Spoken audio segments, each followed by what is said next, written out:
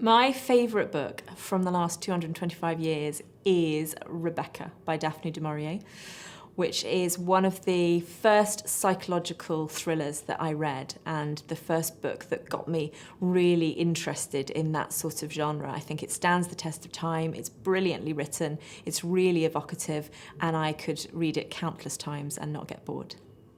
Probably has to be Wuthering Heights by Emily Bronte. To me, that's a book that has absolutely everything. I'd pick Rebecca by Daphne du Maurier. I have quite fond memories of my dad buying me a big volume of her work. Probably, I'm pretty sure, from WHSmith's. And that was my favourite story. That would be a book called A Simple Plan by Scott Smith, which is one of my favourite ever thrillers. That very rare thing, I think, which is a page-turning thriller, but with beautiful, beautiful language and description. A Tale of Two Cities, because that's set during the French Revolution. So literally, I think 3 years, is it, before Smith's opened up. Can you imagine that? What an extraordinary length of time. So that I'm going to pick that. Right now, I'm in the mood for The Blind Assassin by Margaret Atwood, which is a big, chunky book about books and reading and freedom and love and how to live when the world isn't going your way. I think the book that changed me the most was George Orwell's 1984, and I would probably pick that. Anna Karenina by Leo Tolstoy, simply because of the extraordinary range of human emotions that he captures and relationships and his knowledge of his deep knowledge of the human condition, as well as telling what amounts really to a kind of a soap opera plot. It's extraordinarily gripping. The Big Sleep by Raymond Chandler is an absolute winner. It's got a huge cast of brilliant characters. He's wonderful at creating atmosphere in Los Angeles in the I think it's sort of 30s, 40s, rainstorms and bungalows and dodgy servants and glamorous heiresses. It's just got everything you would possibly want. Today, I would say Great Expectations by Charles Dickens, which was the first great classic novel that I read. It's Jane Eyre by Charlotte Bronte. And that's a difficult decision because I've got lots of favourite books. But I think that one probably is my sort of top favourite.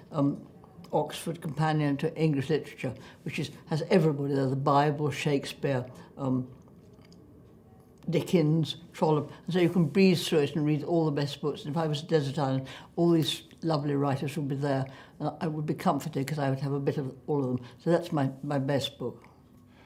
Probably The Hobbit by Jrr Tolkien, obviously. And I just remember being read it, actually, rather than reading it myself when I was very young, and just loving that sort of world of orcs and dwarves and elves, and it's just wonderful fantasy. Which will probably have to be Three Men in a Boat, because it makes me laugh, and it could have been written yesterday. It feels very contemporary. I'm going to be so boring and say I have two, and one is To Kill a Mockingbird, which is basically everybody's favourite book, and the other one is Pride and Prejudice. I'm going to go with The Handmaid's Tale by Margaret Atwood, because it's an incredibly interesting dystopian feminist fiction which has relevance in every kind of political age that we've been through. Oh, gosh, 225 years of books, and I have to pick my favourite one. I think I'd have to go back a bit to Wuthering Heights by Emily Bronte. For me, the standout novel of the last 100 years, Jonathan Strange and Mr. Norrell by Suzannah Clarke, which is an incredible construct. It's an amazing story. Absolutely beautifully written. There isn't a bad sentence or a bad paragraph in it. Can I be slightly vague on it and say my favourite author, who's Maggie O'Farrell, and she is my all-time great. I absolutely love everything she's done, so I won't narrow it down, but yeah, Maggie O'Farrell, definitely. It's a bit of a cliche, but I just love Jane Eyre by Charlotte Bronte, because to me it ticks every single box for the perfect women's fiction.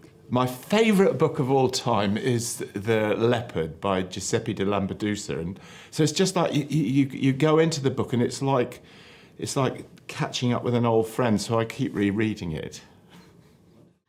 I always usually say Middlemarch, but actually I've slightly changed my mind, and I was thinking Persuasion by Jane Austen is probably my favourite book of all time. I'll go for Rebecca by Daphne du Maurier, because I think it's a great book, obviously. It's a classic, it's a psychological thriller, it's beautifully written, and it's something that I go back to again and again. I'd probably say Oliver Twist by Charles Dickens, because everything that you want as a writer and a reader, plot, character, great dialogue, just a storyline that stays in the memory forever is in that book. I think as a writer, you aspire to that level of greatness. You think that's where the bar is, that's what you reach for.